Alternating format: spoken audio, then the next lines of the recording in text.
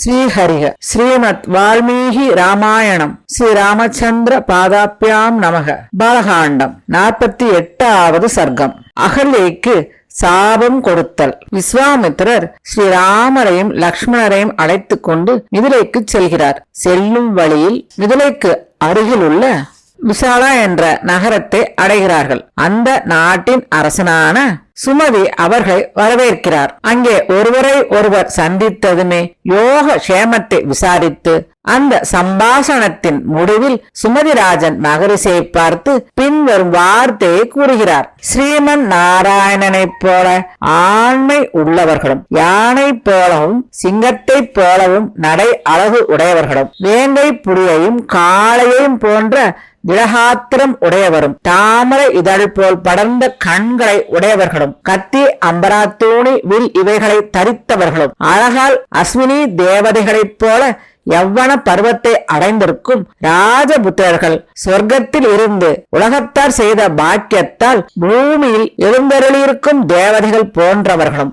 ஆகாசத்தில் சந்திரனும் சூரியனும் பிரகாசிப்பது போல இந்த இடத்தை ஒளிவீச செய்கிறவர்களும் ஆக்ருதி ஜாடை நடை உடை பாவனைகள் இவைகளால் ஒருவருக்கு ஒருவர் இணையாய் இருக்கிறவர்களுமான இவர்கள் கால்நடையாக இங்கு எப்படி வந்தார்கள்? ரிஷியே, எதற்காக வந்திருக்கிறார்கள்? யாருக்காக வந்திருக்கிறார்கள்? மனமிசைந்து இதை எனக்கு கூறுவீர்களாக. சூரர்களான இந்த புருஷோத்தமர்கள் எதற்காக எளிதாக செல்ல முடியாத வழியில் உயர்ந்த ஆயுதங்களை தரித்து கொண்டு வந்திருக்கிறார்கள்? அதை உள்ளபடி அறிய விரும்புகிறேன். அந்த ராஜனுடைய அந்த வார்த்தையை கேட்டு விஸ்வாமித்திரர் நடந்த விஷயங்களை தெரிவித்தார். ஸ்ரீராமன் லக்ஷ்மண் என்னும் பெயருடையவர்களாய் அயோத்தி அதிபதியான தசரத சக்கரவர்த்தியினுடைய புத்திரர்கள் இவர்கள். என் யாகத்தை முடித்து வைப்பதற்காக வந்தார்கள். தசரத புத்திரர்களான இந்த வீரர்கள் சித்தாசிரமத்திற்கு வந்து சேர்ந்து ராட்சசர்களையும் நாசம் செய்து விட்டார்கள். அதன் பிறகு இந்த இடத்திற்கு வந்திருக்கிறார்கள். சுமதி மகாராஜன் விஸ்வாமித்திரர் சொன்னதை கேட்டு மிகவும் ஆச்சரியமடைந்து தசரத சக்கரவர்த்தியின் புத்திரர்களாய் அதிபலசாலிகளாய் பூஜிக்கப்பட தகுந்தவர்களான அந்த 2 உத்தமர்களான அதிதிகள் கிடைத்திருப்பதை பார்த்து சாஸ்திர முறைப்படி அவர்களை பூஜித்தான். சுமதி ராஜனுடைய உத்தமமான பூஜையை அங்கீகரித்து ராம லக்ஷ்மணர்கள் அந்த ஒரு இரவு அங்கு தங்கியிருந்தார்கள். பிறகு மிதிலைக்கு புறப்பட்டு போனார்கள். ரிஷிகள் எல்லோரும் ஜனகருடைய அந்த அழகிய நகரை பார்த்து என்ன அழகு என்ன அழகு என்று மிதிலையை புகழ்ந்து கொண்டாடினார்கள். ஸ்ரீராகவர் மிதிலையை நுழையும் போது மிதிலையை சார்ந்த ஒரு சோலையை பார்த்தார். அது மிகவும் பழமையானதாகவும் அழகியதாகவும் இருந்தது. அந்த சோலையில் ஒரு ஆசிரமம் இருந்தது. அங்கு மனிதர்கள் யாரும் இல்லை. உடனே ஸ்ரீராகவர் முனிஸ்ரேஷ்டரை பார்த்து கேட்கிறார், பகவானே, மிகவும் அழகுடன் காணப்படும் இந்த ஆசிரமம் முனிவர்கள் யாரும் இல்லாததாக இருக்கின்றதே, இதன் காரணம் என்ன? இது யாருடைய ஆசிரமம்? அதை கேட்க விரும்புகிறேன். மகா தேஜஸ் உடையவராகவும் சொல் வலிமை உடையவராகவும் உள்ள விஸ்வாமித்திர மகரிஷி ஸ்ரீராகவரால் சொல்லப்பட்ட அந்த வார்த்தையை கேட்டு அதற்கு மறுமொழி அளித்தார். நல்லது ஸ்ரீராகவா, இந்த ஆசிரமஸ்தானம் யாருடையது? எந்த மகாத்மாவின் கோபத்தால் சாபத்துக்கு உள்ளானது என்பதை உனக்கு நடந்தபடி சொல்கிறேன் கேள். உத்தமனே, முன்காலத்தில் தேவலோகத்தை போன்று தேவர்களால் நன்றாக கௌரவிக்கப்பட்டதாய் இந்த ஆசிரமம் இருந்தது. இந்த ஆசிரமம் மகாத்மாவான கௌதமருடைய ஆசிரமம் ஆகும். பெரும் புகழுடைய ராஜகுமாரா, அவருடைய மனைவியின் பெயர் அகல்யை. இங்கு பல காலமாக தபஸ் புரிந்து வந்தார். ஸ்ரீராம ஒரு நாள் இந்த ஆசிரமத்திலிருந்து வெகு தூரத்திற்கு ரிஷி சென்றிருந்தார். அந்த நேரத்தை அறிந்து கொண்ட சகசிராட்சனாகிற, அதாவது 1000 கண்களையுடைய இந்திராணி வல்லபன், அதாவது இந்திராணியின் கணவனான இந்திரன் கௌதம ரிஷியின் வேஷத்தை எடுத்துக்கொண்டு அகல்யை பார்த்து பின்வருமாறு சொன்னான். நன்றாய் அமைந்தவளே, காமத்தில் ஆசை உடையவர்கள் சமய சந்தர்ப்பத்தை எதிர்பார்த்து கொண்டிருக்க மாட்டார்கள். இடையழகி, நான் உன்னுடன் இணைய ஆசைப்படுகிறேன். ஸ்ரீ ரகுநந்தன, முனிவேசம் பூண்டவனை இந்திரன் என்று அகல்யை அறிந்து கொண்டாள். ஆனால் அந்த சமயம் அவள் துர்புத்தியை அடைந்தாள். தேவர்களின் ராஜனின் ஆசைக்கு மனமிசைந்தாள். பிறகு சந்தோஷம் அடைந்த உள்ளத்துடன் தேவராஜனை பார்த்து பின்வருமாறு கூறுகிறார். தேவர்களுக்கு இறைவ, தன்யயாகிறேன் பிரபுவே, இங்கிருந்து சீக்கிரமாக போய்விடுக. தேவராஜ, என்னுடைய மற்றும் உன்னுடைய மானத்தை காத்துக்கொள்ளும். இந்திரன் சிரித்துக்கொண்டே அகலியை பார்த்து இவ்வாறு மறுமொழி சொன்னான். அழகியவளே, நான் திருப்தி அடைந்தேன், வந்த வழியை திரும்பி விடுகிறேன். ஸ்ரீராம இவ்விதமாக அவளுடன் கூடி இருந்துவிட்டு அதன் பிறகு கௌதமரிடம் பயம் கொண்டவனாக மிகவும் பரபரப்புடன் வேக நடை உடையவனாக அந்த ஆசிரமத்திலிருந்து வெளிக்கிளம்பினான். அந்த சமயத்தில் தேவர்களாலும் அசுரர்களாலும் வெல்ல முடியாத தப வலிமை உடைய கௌதம மகரிஷி அங்கு வருவதை கண்டான். ஸ்ரீராம சுத்தமான நீரில் குளித்து நனைந்த உடலுடன் அக்னியை போல் ஜொலிப்பவராய், உடலில் எல்லா இடத்திலும் திருநீறு பூசப்பட்டவராய், மற்றொரு உமாபதி போன்றவராய், சிவபக்தராய், விசேஷ மகிமை உடையவராய், சகல உண்மை பொருளையும் அறிந்தவராய், சமித்துகளை சேகரித்துக் கொண்டவராய், தர்ப்பங்களையும் வைத்துக் கொண்டவராய், எதிரில் வந்த உத்தம ரிஷியை பார்த்ததுமே தேவராஜன் நடுங்கி முகம் விழுந்தவனாக ஆனான்.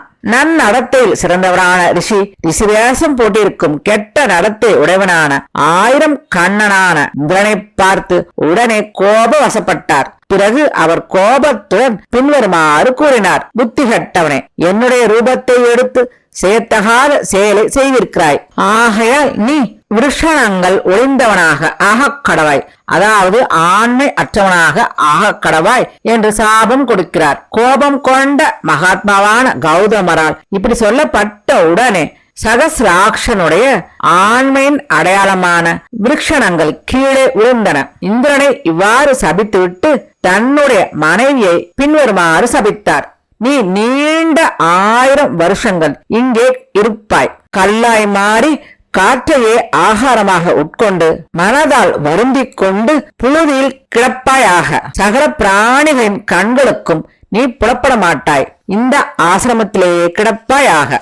எப்போது எதிர்க்க முடியாத தனி வீரனான தசரத புத்திரனான ஸ்ரீராமன் பாலான இந்த காட்டிற்கு வருவாரோ அப்பொழுது நீ பரிசுத்தே ஆவாய். நடத்தை கெட்டவளே, அவருக்கு அதிதி பூஜை செய்வதால் 100 ஆசையும் கண்மூடித்தனமும் நீங்கினவளாக ஆவாய். அதன் பிறகு நீ என்ன அருகில் வருவாய். உன்னுடைய சொந்த வடிவை அப்பொழுது நீ அடைவாய். மகாதபசியான கௌதமர் கெட்ட நடத்தையுடைய அவளிடம் இப்படி சொல்லிவிட்டு அந்த ஆசிரமத்தை விட்டுவிட்டு சித்தர்களும் சாரணர்களும் தங்கும் அழகிய இமயமலை உச்சிக்கு சென்று தபஸ் செய்ய ஆரம்பித்தார். சர்க்கம் 49. அகல்யாவின் சாப விமோசனம்.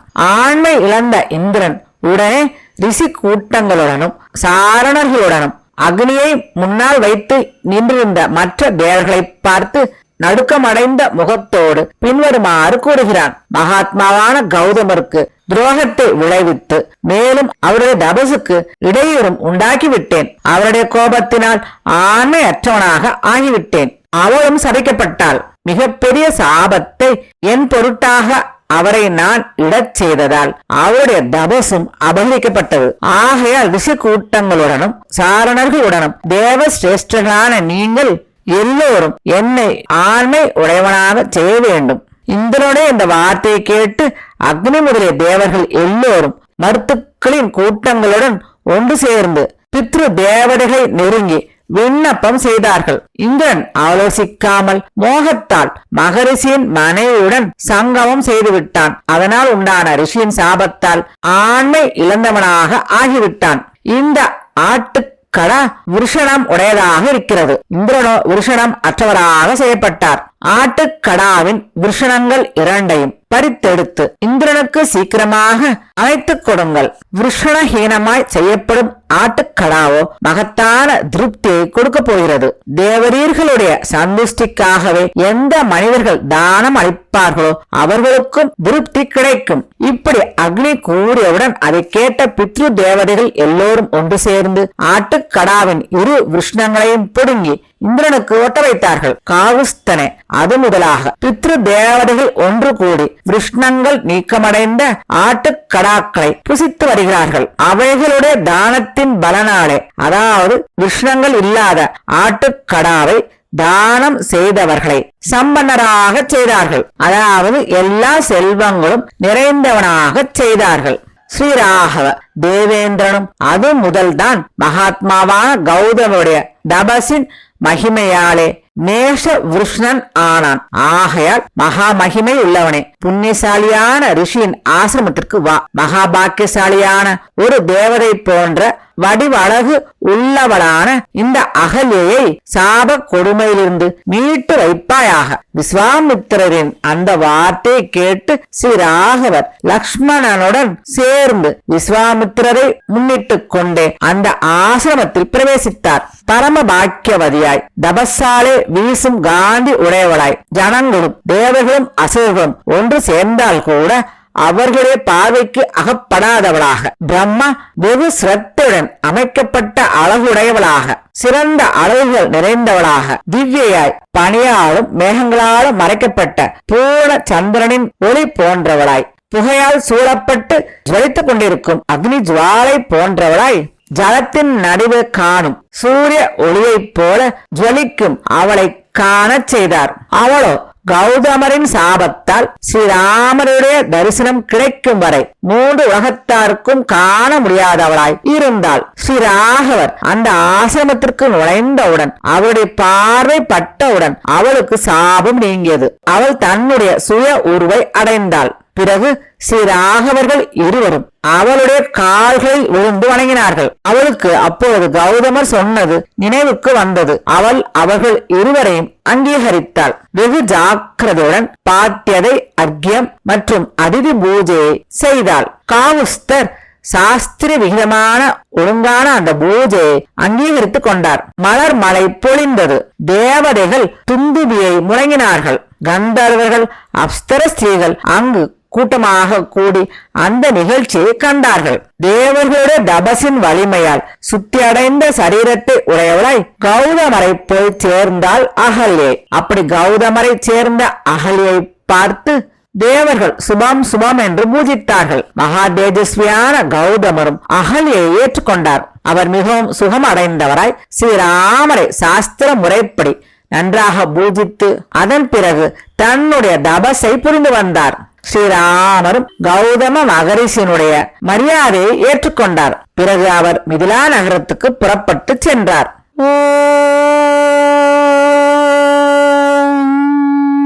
ஸ்ரீ சீதாராமரின் பாதங்களுக்கு நமஸ்காரம். ஸ்ரீ ராமச்சந்திர மூர்த்தியின் பாதார விந்தங்களின் சமர்ப்பணம்.